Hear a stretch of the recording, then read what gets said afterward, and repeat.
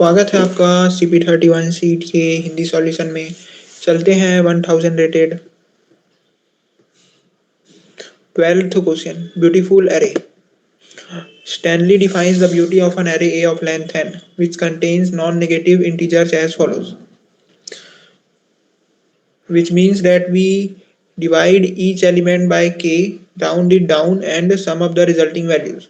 Stanley told Sam the integer k and asked him to find an array A of n non-negative integers such that the beauty is equal to b and the sum of elements is equal to s. Help Sam find any of the arrays satisfying the conditions above. ठीक है, तो क्या करना है, Sam का मदद करना है एरे फाइंड करने में।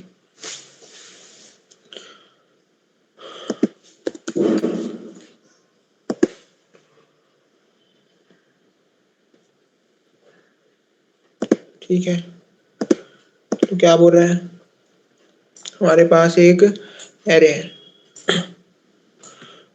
ठीक है, क्या करना है, ये जो एरे में एलिमेंट्स हैं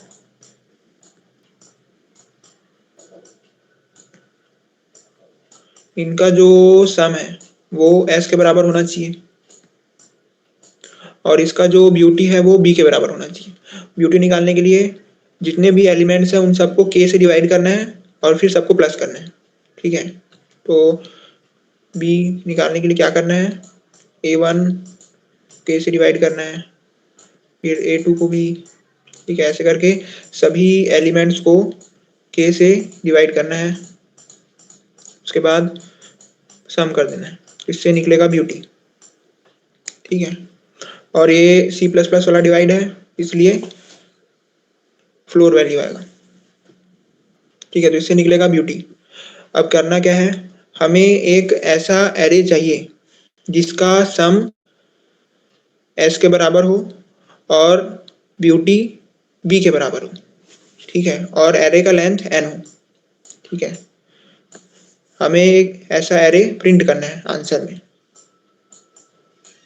ठीक है, यानी क्वेश्चन में हमको दिया होगा n का वैल्यू, k का वैल्यू, s का वैल्यू और b का वैल्यू।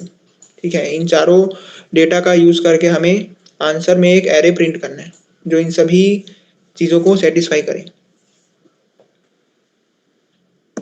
ठीक है, जैसे यहाँ पर हमारे पास एक ऑप्शन है ये वाला 36319। ठीक है, 36319 क्या है, 36319। ठीक है, तो जो 3 है वो क्या है, वो n है। ठीक है, 6 क्या है, k है, 3 क्या है, b है और 19 क्या है, s है। ठीक है, तो एक ऐसे एरे प्रिंट करना है जिसका लेंथ 3 हो और जो उसके एलिमेंट्स का सम है वो 19 हो और ब्यूटी 3 के बराबर हो और k का वैल्यू 6 लेना है ब्यूटी कैलकुलेट करने के लिए। ठीक है, तो जो इसमें आंसर आया है वो है 0019। ठीक है, तो 0019।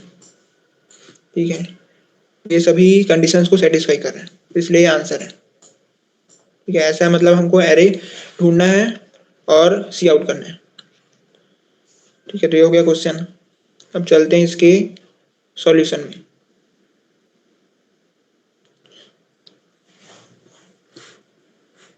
ठीक है, तो सम 19 है इसका। ब्यूटी के एक बार बता देता हूँ कि 0 को डिवाइड करेंगे पहले 6 से ब्यूटी निकालने के लिए, फिर इसको भी वैसे करेंगे, फिर इसको भी डिवाइड करेंगे, सबको सम करेंगे तो जो ब्यूटी आएगा वो आएगा 3। ठीक है,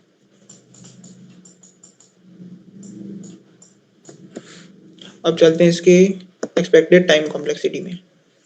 तो इसमें जो टाइम लिमिट पर टेस्ट दिया है वो है 1 सेकेंड। ठीक है, यानी 1 सेकेंड में हम मैक्सिमम 10 पावर 8 ऑपरेशंस परफॉर्म कर सकते हैं। ठीक है, और हमें यहाँ पर दिया हुआ है कि 10 पावर 5 को एक्सीड नहीं करेगा। तो यहाँ पर हम ओ एन का सॉल्यूशन बना सकते हैं, ओ एन लॉग एन का बना सकते हैं। ठीक है,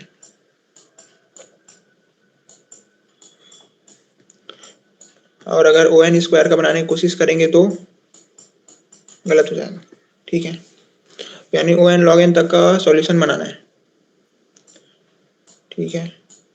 अब हम ऐसा क्या करें कि हमें सभी कंडीशंस को सेटिस्फाई करने वाला एरे मिल जाए, ठीक है। तो सबसे पहले जो ब्यूटी है उसको समझते हैं, ठीक है, कि ब्यूटी मतलब क्या है। मैथमेटिकल तो हम लोग समझ लिए कि सभी एलिमेंट्स को पहले के से डिवाइड करना है, उसके बाद सबको प्लस कर देना है, जो आएगा वो ब्यूटी होगा। लेकिन इसका एक्चुअल मतलब क्या है, ठीक है। तो ब्यूटी है जब भी हम किसी नंबर को डिवाइड करते हैं, सी प्लस प्लस में कोई भी नंबर को जब हम डिवाइड करते हैं तो क्या पता चलता है। मान लेते हैं 19 है और इसको हम डिवाइड करते हैं 4 से, क्या आएगा, 4 आएगा। तो डिवाइड करने से हमें पता चलता है कि 4 साइज के कितने पैकेट्स हैं 90 के अंदर, 19 के अंदर, ठीक है। जैसे 21 है, इसको 4 से डिवाइड किए तो आया 5, ठीक है। तो डिवाइड करने से क्या पता चला कि 21 के अंदर 4 साइज के 5 पैकेट्स हैं, ठीक है। कैसे, एक, ठीक है, ये एक पैकेट हो गया, उसके बाद ये एक पैकेट हो गया,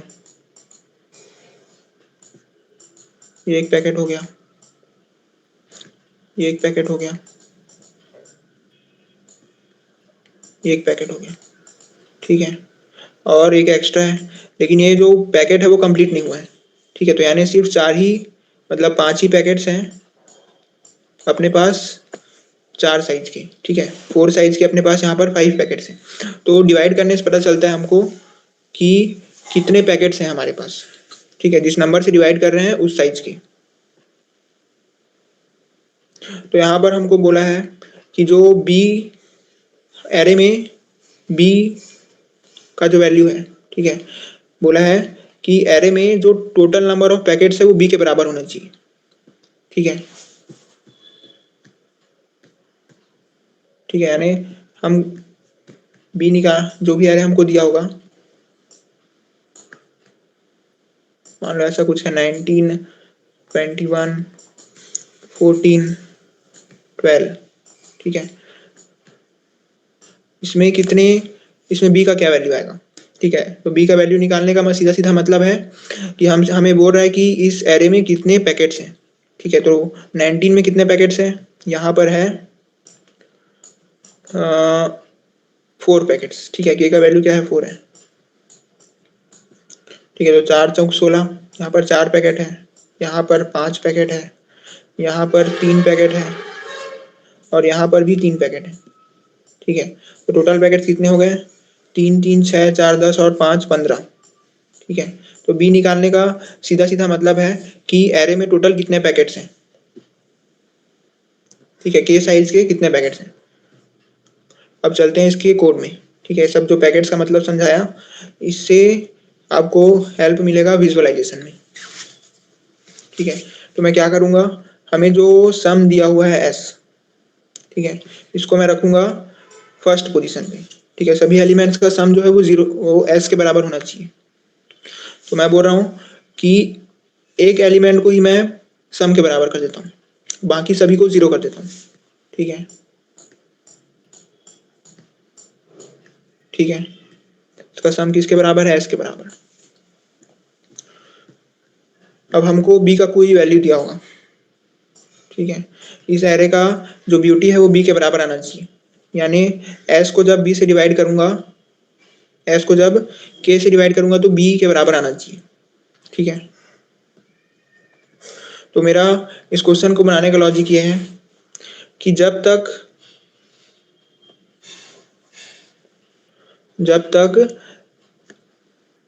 जो एस डिवाइड बाय के का वैल्यू बी के बराबर नहीं हो जाता, तब तक एस में से के माइनस 1 को माइनस करते रहो, ठीक है। क्या बोला मैं, जब तक एस अपॉन के का वैल्यू बी के बराबर नहीं हो जाता, तब तक एस में से के माइनस 1 को माइनस करते रहो, ठीक है।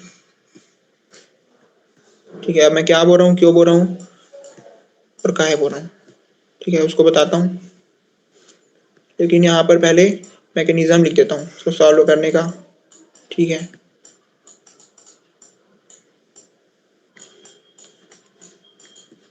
ठीक है, ये इसका मैकेनिज्म है। अब इस मैकेनिज्म को एक्सप्लेन करने के लिए एक एग्जांपल लेंगे। ठीक है, तो एग्जांपल मैं ले रहा हूँ 29 का। ठीक है, और जो k का वैल्यू है वो मैं ले रहा हूँ 4। ठीक है, ठीक है, ये s का वैल्यू है, और b का वैल्यू मैं ले रहा हूँ 5। ठीक है, और क्या बचा, n। ठीक है, n को हम देखेंगे अभी, इसको n को भी रहने देते हैं। यहाँ पर s का वैल्यू 29 है, तो 29 को हम फर्स्ट इंडेक्स में भर देंगे। ठीक है, और बाकी मान लेंगे कि वहां पर 0 है। अभी जो b का वैल्यू है वो क्या आएगा, यहाँ पर आएगा 7। ठीक है, यानी अभी यहाँ पर इस एरे में टोटल नंबर ऑफ पैकेट 7 है। ठीक है, यहाँ पर कितने पैकेट्स हैं, यहाँ पर है 7 पैकेट्स। ठीक है, और बाकी जगह पर कितने पैकेट्स हैं, 0। ठीक है, तो अब क्या करना है, हमें बोला है कि b इक्वल टू 5 होना चाहिए, यानी जो हमारा एरे है उसमें टोटल नंबर ऑफ पैकेट जो है वो 5 होना चाहिए। तो अब जो b इक्वल टू 7 है उसको कम करके हमें पहुंचाना है 5 तक। तो वहां तक पहुंचाने के लिए क्या करेंगे, जो 0th इंडेक्स पर जो हमारे पास 7 पैकेट्स हैं, ठीक है, हम कोशिश करेंगे कि इन 7 पैकेट्स को कम करके पहुंचाया जा सके 5 तक। अब इस 7 को 5 तक पहुंचाने के प्रोसेस में हम ये ध्यान रखेंगे कि और किसी इंडेक्स में कहीं नंबर ऑफ पैकेट्स इंक्रीज ना हो जाए। ठीक है, पता चल रहा है कि हम 0th इंडेक्स पर डिक्रीज कर करके इसको हम पहुंचा रहे हैं 5 तक, और पता चल रहा है किसी और इंडेक्स पर जो नंबर ऑफ पैकेट्स है वो वापस से इंक्रीज हो गया। ठीक है, मतलब मान लो कि हमने कुछ प्रोसेस किया और प्रोसेस करके 7 को पहुंचा दिया 5 तक, लेकिन लेकिन जो ये ये वाला इंडेक्स है, ठीक है, यहाँ पर जो नंबर ऑफ पैकेट्स है वो 0 से बढ़ के 2 हो गए। तो क्या फायदा हुआ, कुछ नहीं, है ना। 7 है वो पहुंचा 5 तक, 0 पहुंच गया 2 तक, अभी भी b का वैल्यू 7 ही है। तो क्या मतलब हुआ, कुछ नहीं। इसलिए इस बात का हम ध्यान रखेंगे कि जब हम 0th इंडेक्स पर नंबर ऑफ पैकेट्स को डिक्रीज कर रहे हैं तो बाकी किसी इंडेक्स पर नंबर ऑफ पैकेट्स इंक्रीज ना हो। ठीक है, यहाँ तक क्लियर है। ठीक है, तो इसके लिए क्या करेंगे, हम 29 में से k-1 को माइनस करेंगे। ठीक है, अब k-1 को इसलिए माइनस करेंगे क्योंकि जो k-1 है इसको जब हम k से डिवाइड करते हैं तो आता है 0, यानी जो k-1 है, ठीक है, k-1 को जब k से डिवाइड करते हैं तो 0 आता है। यानी अगर हम इस 29 में से, ठीक है, k-1 कितना है, 3, तो 29 में से अगर हम 3 नंबर्स को दूसरे इंडेक्स पर अगर ट्रांसफर करते भी हैं तो उससे इंडेक्स में नंबर ऑफ पैकेट्स नहीं बढ़ेंगे। ठीक है, ठीक है, क्योंकि 29 में से 3 पैकेट्स हमने मान लो यहाँ ट्रांसफर कर दिए, तो क्या हुआ, ये 29 हो गया 26। ठीक है, और ये 0 हो गया 3। तो जो नंबर ऑफ पैकेट्स हैं पोजीशन 2 पे, ठीक है, 0 1 2 3 4, ठीक है, इंडेक्स 2 पे नंबर ऑफ पैकेट्स अभी भी 0 है। ठीक है, 3/4 कितना होता है, 0, और 0th इंडेक्स पर भी हमने नंबर ऑफ पैकेट्स को 7 से 6 पे ला दिया। ठीक है, 26/4 कितना होता है, 6 होता है। ठीक है, यानी हमने 0th इंडेक्स पर नंबर ऑफ पैकेट्स को डिक्रीज भी किया और इस बात का भी ध्यान रखा कि बाकी किसी इंडेक्स पर नंबर ऑफ पैकेट्स इंक्रीज ना हो। ठीक है, तो इसी लॉजिक के साथ हम इसको सॉल्व करेंगे। ठीक है, यानी इसलिए मैं यहाँ पर लिखा हूँ कि keep on subtracting k-1 from s। ठीक है, s का वैल्यू क्या है यहाँ पर 29, तो s से k-1 को तब तक माइनस करते रहो जब तक s by k equal to b नहीं हो जाता। यानी 0th इंडेक्स पर जब तक number of packets equal to b नहीं हो जाता तब तक 0th इंडेक्स से k-1 माइनस करते रहो। ठीक है, उस k-1 को माइनस करके कहाँ डालेंगे हम लोग, बाकी इंडेक्सेस पर। ठीक है, और k-1 को जब बाकी इंडेक्सेस पर डाल रहे हैं तो इससे नंबर ऑफ पैकेट्स उन इंडेक्सेस पर बढ़ भी नहीं रहे हैं। ठीक है, तो यानी ओवरऑल जो टोटल नंबर ऑफ पैकेट्स हैं वो डिक्रीज ही हो रहा है। ठीक है, तो अभी हमने 3 इसमें ट्रांसफर किया। ठीक है, अब एक काम करते हैं और एक बार इसमें से 3 ट्रांसफर करते हैं। ठीक है, तो यहाँ पर भी 3 ट्रांसफर हो गया। ठीक है,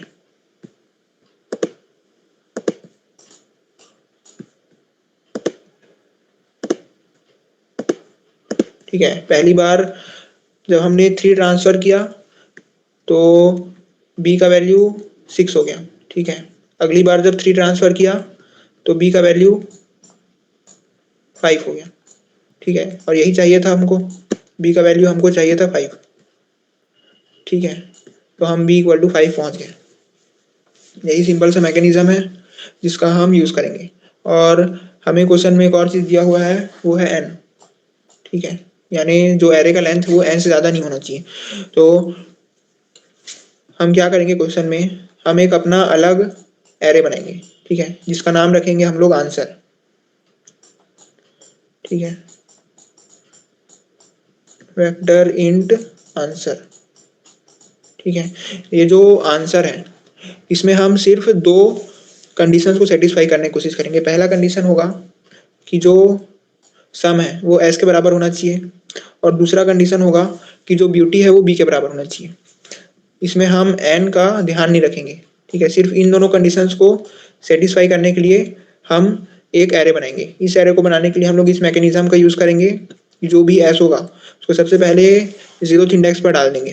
उसके बाद उसमें से k-1 तब तक माइनस करते रहेंगे जब तक b का मतलब जो नंबर ऑफ पैकेट्स है एरे में वो b के बराबर ना हो जाए। ठीक है, जब number of packets equal to b हो जाएगा तो s तो ये तो पहले सेटिस्फाई हो रहा था, ये भी सेटिस्फाई हो जाएगा। यानी अगर हम इसी एग्जांपल को लें, ठीक है, s इक्वल 29 और b इक्वल टू 5, तो इस केस में जो अपना एरे बनेगा वो ये वाला बनेगा। कौन सा वाला, ठीक है, 23, 3 और 3। ठीक है, पहली बार जब ट्रांसफर किए 3 तो ये 26 हुआ, फिर जब दूसरी बार ट्रांसफर किए तो ये 23 हो गया। तो अपना जो आंसर बनेगा वो होगा 23, 3, 3। ठीक है, 23, 3 और 3। अब इस हमारा जो एरे बना है, ठीक है, जो s और b को सेटिस्फाई करता है, इस एरे को हम n से कंपेयर करेंगे। ठीक है, इस एरे का जो साइज है इसको हम n से कंपेयर करेंगे कि ये n से बड़ा है, छोटा है कि बराबर है। ठीक है, अगर इस एरे का साइज n से बड़ा है, ठीक है, यानी हमको क्वेश्चन में मान लो इस एरे का साइज क्या है, 3 है, और n इक्वल टू मान लो 2 है। ठीक है, यानी हमको क्वेश्चन में बोला है कि हमको ऐसा एरे चाहिए जो जिसका साइज 2 हो, इसका सम 29 हो और b है वो 5 हो। ठीक है, b है वो 5 हो, तो ऐसा एरे नहीं बनाया जा सकता। ठीक है, क्योंकि ये मिनिमम है। ठीक है, इससे अगर हम छोटा एरे बनाने की कोशिश करेंगे तो क्या होगा, किसी एक किसी एक इंडेक्स का वैल्यू को किसी दूसरे इंडेक्स में ट्रांसफर करना पड़ेगा। जैसे ही हम वैल्यू ट्रांसफर करने जाएंगे, ठीक है, तो क्या होगा, नंबर ऑफ पैकेट्स इंक्रीज होने लग जाएंगे। ठीक है, यानी जो b का वैल्यू हमने मेंटेन किया है 5, ठीक है, ये इंक्रीज होने लगेगा जैसे ही हम दो इंडेक्सेस को कंबाइन करने लगेंगे। ठीक है, तो इसलिए n इक्वल टू 2 ऑब्टेन करना पॉसिबल नहीं है, तो इस केस में आंसर आएगा -1। ठीक है, कि अगर n का वैल्यू अगर आंसर डॉट साइज से छोटा है, ठीक है, n का वैल्यू अगर आंसर डॉट साइज से छोटा है तो उस केस में आंसर आएगा -1। ठीक है,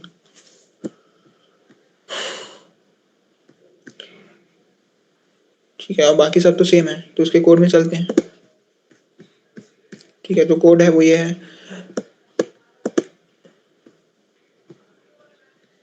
ठीक है, तो हम क्या करेंगे, सबसे पहले हम आंसर नाम का एरे बनाएंगे।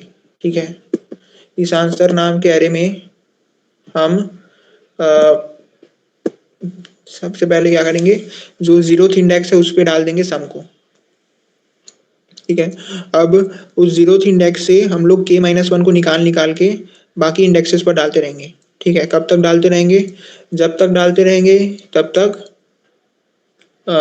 s अपॉन k का वैल्यू b के बराबर नहीं हो जाए। ठीक है, मतलब नंबर ऑफ पैकेट जो है एरे में वो जब तक b के बराबर नहीं हो जाते तब तक 0th इंडेक्स से k-1 निकाल के बाकी इंडेक्सेस पर डालते रहेंगे। ठीक है, तो वही चीज यहाँ लिखा हूँ कि जब तक s अपॉन k जो है वो b के बराबर नहीं हो जाता तब तक s में से k-1 निकालते जाओ और एरे में पुश करते जाओ। ठीक है,